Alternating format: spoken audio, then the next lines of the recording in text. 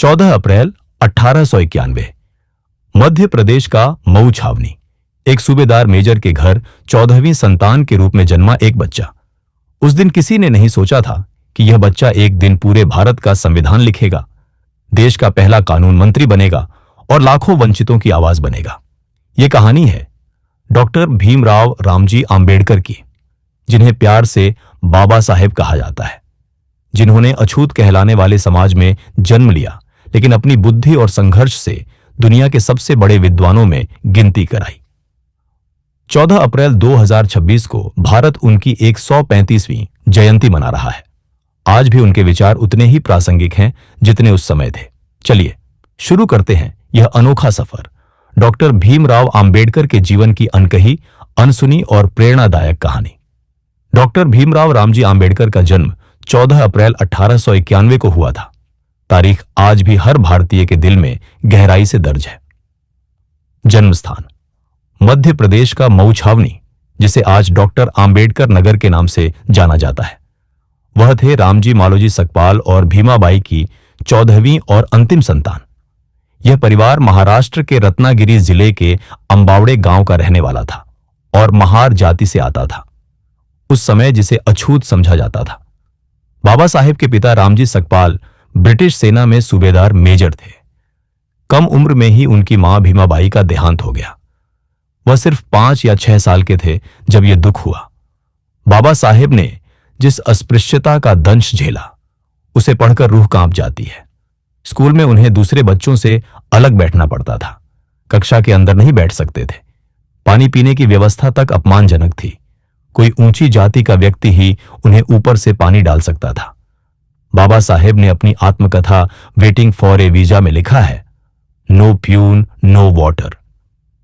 School में उन्हें बोरी पर बैठना पड़ता था, जिसे वह अपने साथ ले जाते थे। एक बार की बात है, बाबा साहेब पुणे के एक पारसी सराय में ठहरे थे। वहां पहुंचकर पता चला कि उनकी जाति के कारण उन्हें वहां रुकने की इजाजत नहीं है। उन्हें बाहर निकाल दिया गया। यह घटना इतनी दर्दनाक थी कि उसी रात उन्होंने प्रण कर लिया, इस जाति प्रथा को मिटाकर ही रहेंगे। 1897 में परिवार मुंबई आ गया। बाबा साहेब का दाखिला एल्फिंस्टन हाई स्कूल में हुआ। वह इकलौते अछूत छात्र थे जो इस स्कूल में पढ़ते थे। उनके मूल उपनाम अंबावडेकर थे, लेकिन उनके ब्राह्मण शिक्षक कृष्णाजी केशव आंबेडकर ने स्कूल रिकॉर्ड में अपना उपनाम आंबेडकर लिख दिया और यही नाम आगे चलकर दुनिया भर में मशहूर हुआ। 1906 में जब वह लगभग 15 साल के थे, उनका विवाह रमाबाई से हुआ। रमाबाई उनसे 8 साल छोटी थी। 1907 में मैट्रिक की परीक्षा पास करने के बाद बाबा साहेब एल्फिंस्टन कॉलेज में दाखिल हुए। वह अपनी जाति के पहले व्यक्ति थे जिन्होंने कॉलेज में प्रवेश लिया। 1912 में उन्होंने मुंबई विश्वविद्यालय से अर्थशास्त्र और राजनीति विज्ञान में स्नातक की डिग्री प्राप्त की। बाबा साहेब की प्रतिभा को देखते हुए बड़ौदा के महाराजा सयाजीराव गायकवाड़ ने उन्हें विदेश में पढ़ाई के लिए छात्रवृत्ति प्रदान की। 1913 में वह न्यूयॉर्क के कोलंबिया विश्वविद्यालय पहुंचे। कोलंबिया में उनके गुरु थे प्रोफेसर जॉन डेवी, दुनिया के महानतम दार्शनिकों में से एक। 1915 में उन्होंने एमए की डिग्री प्राप्त की। 1916 में दूसरी एमए की डिग्री पूरी की। उसी वर्ष 9 मई को उन्होंने अपना प्रसिद्ध शोध पत्र कास्ट्स इन इंडिया प्रस्तुत किया। इस पेपर में उन्होंने यह सिद्ध किया कि जाति व्यवस्था का मूल कारण ब्राह्मणवादी सामाजिक नियंत्रण है। 1927 में कोलंबिया विश्वविद्यालय ने उन्हें पीएचडी की डिग्री प्रदान की। लंदन में बाबा साहेब ने ग्रेज इन से बैरिस्टर एट लॉ की डिग्री हासिल की। 1921 में उन्होंने एमएससी की डिग्री प्राप्त की।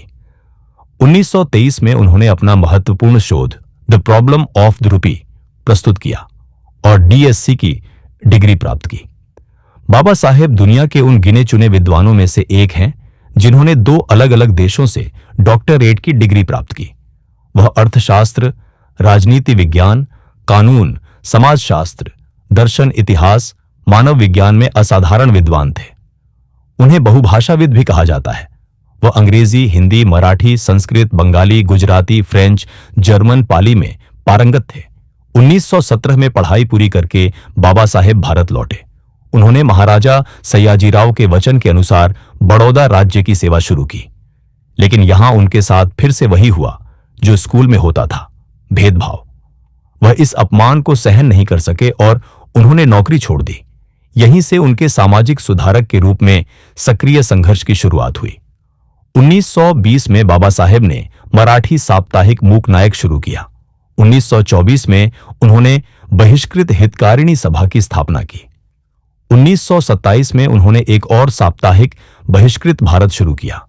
बाबा साहेब ने अपना पहला बड़ा आंदोलन 1927 में महाड़ में शुरू किया। चौधर तालाब एक सार्वजनिक तालाब जहां से अछूतों को पानी भरने की मनाही थी। बाबा साहेब ने सैकड़ों दलितों के साथ उस तालाब से पानी पीने का निर्णय लिया। इसी आंदोलन के दौरान एक ऐतिहासिक घटना घटी, मनुस्मृति दहन। बाबा साहेब ने मनुस्मृति की एक प्रति जलाकर उस कुप्रथा के खिलाफ विद्रोह किया। बाबा साहेब ने 1930 में नासिक के कालाराम मंदिर में प्रवेश के लिए सत्याग्रह शुरू किया। यह आंदोलन लगातार 5 साल तक चला।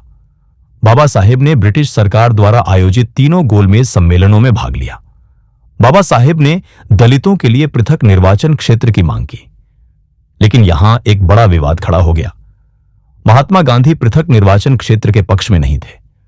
1932 में गांधी जी ने इस मांग के खिलाफ यरवदा जेल में आमरण अनशन शुरू कर दिया। बाबा साहेब बेहद कठिन परिस्थिति में थे।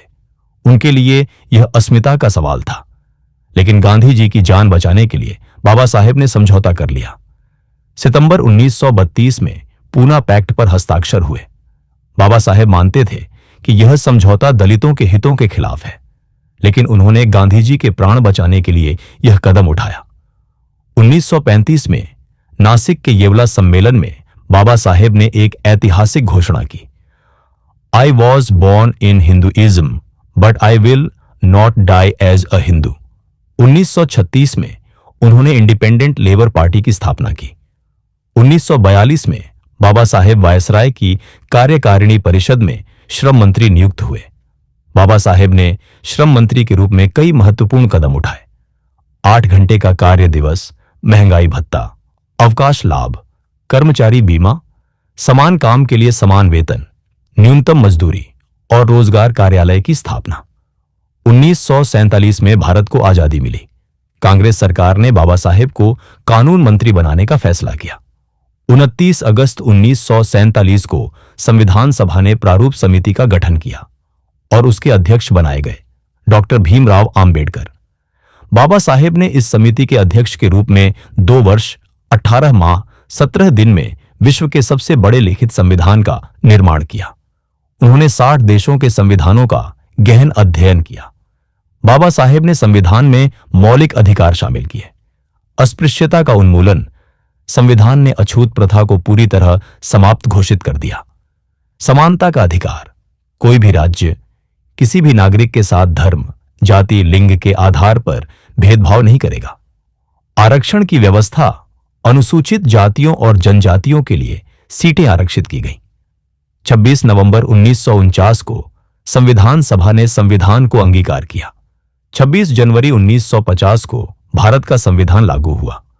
बाबा साहेब न केवल दलितों के नेता थे, बल्कि वह भारत के पहले नारीवादी भी थे। उनका मानना था, मैं किसी समाज की प्रगति को उस समाज की महिलाओं की प्रगति से मापता हूं। 1951 में बाबा साहेब ने हिंदू कोड बिल संसद में पेश किया। इस बिल का कड़ा विरोध हुआ। रूढ़िवादी नेताओं ने इसे हिंदू धर्म पर हमला करार दिया।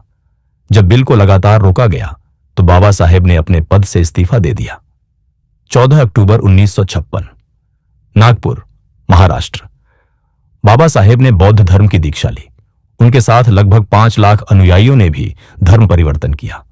बाबा साहेब ने बौद्ध धर्म को चुना क्योंकि बौद्ध धर्म जाति प्रथा का खंडन करता है, समानता सिखाता है। 6 दिसंबर 1956, नई दिल्ली। बाबा साहेब का स्वास्थ्य लगातार बिगड़ रहा था। शाम को 6:05 पर डॉक्टर भीमराव रामजी आंबेडकर ने अंतिम सांस ली। उनका अंतिम संस्कार मुंबई में चैत्य भूमि पर किया गया। 1990 में बाबा साहेब को मरणोपरांत भारत के सर्वोच्च नागरिक सम्मान भारत रत्न से सम्मानित किया गया। रिजर्व बैंक ऑफ इंडिया का ढांचा बाबा साहेब के सुझावों पर ही बना है। बाबा साहेब बहुउद्देशीय नदी घाटी परियोजनाओं के जनक थे। दामोदर घाटी, भाखड़ा नांगल, हीराकुंड। उन्होंने केंद्रीय जल आयोग की स्थापना की। बाबा साहेब का मानना था, एजुकेट, एगिटेट और ऑर्गेनाइज। शिक्षित बनो, संघर्ष करो, संगठित हो जाओ।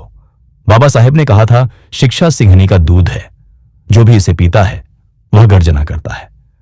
बाबा साहेब ने कहा था, हम जाति व्यवस्था के विरोधी हैं क्योंकि यह अवसर की समानता के सिद्धांत का उल्लंघन करती है। बाबा साहेब ने कहा था, संविधान केवल वकीलों की किताब नहीं है, यह जीवन की एक संहिता है। बाबा साहेब ने कहा था, राजनीतिक लोकतंत्र तब तक अधूरा है जब तक सामाजिक और आर्थिक लोकतंत्र न हो। दोस्तों, डॉक्टर भीमराव रामजी आंबेडकर सिर्फ एक नाम नहीं है, वह एक विचार है, एक क्रांति है, एक प्रतीक है। उस बच्चे की कहानी है जिसे स्कूल में पानी नहीं पीने दिया जाता था और वही बच्चा देश का सबसे बड़ा विद्वान बना। उस युवक की कहानी है जिसे सराय से बाहर निकाल दिया गया और वही युवक देश का संविधान लिखने वाला बना। बाबा साहेब ने हमें संविधान दिया, आरबीआई दिया, बहुउद्देशीय नदी परियोजनाएं दी, श्रमिकों के अधिकार दिए, महिलाओं के अधिकार दिए। बाबा साहेब ने कहा था, मैं ऐसा भारत देखना चाहता हूं जहां हर व्यक्ति को जीने की स्वतंत्रता हो, विकास की स्वतंत्रता हो। यह सपना अभी अधूरा है और इसे पूरा करना हम सबका कर्तव्य है। जय भीम, जय भारत।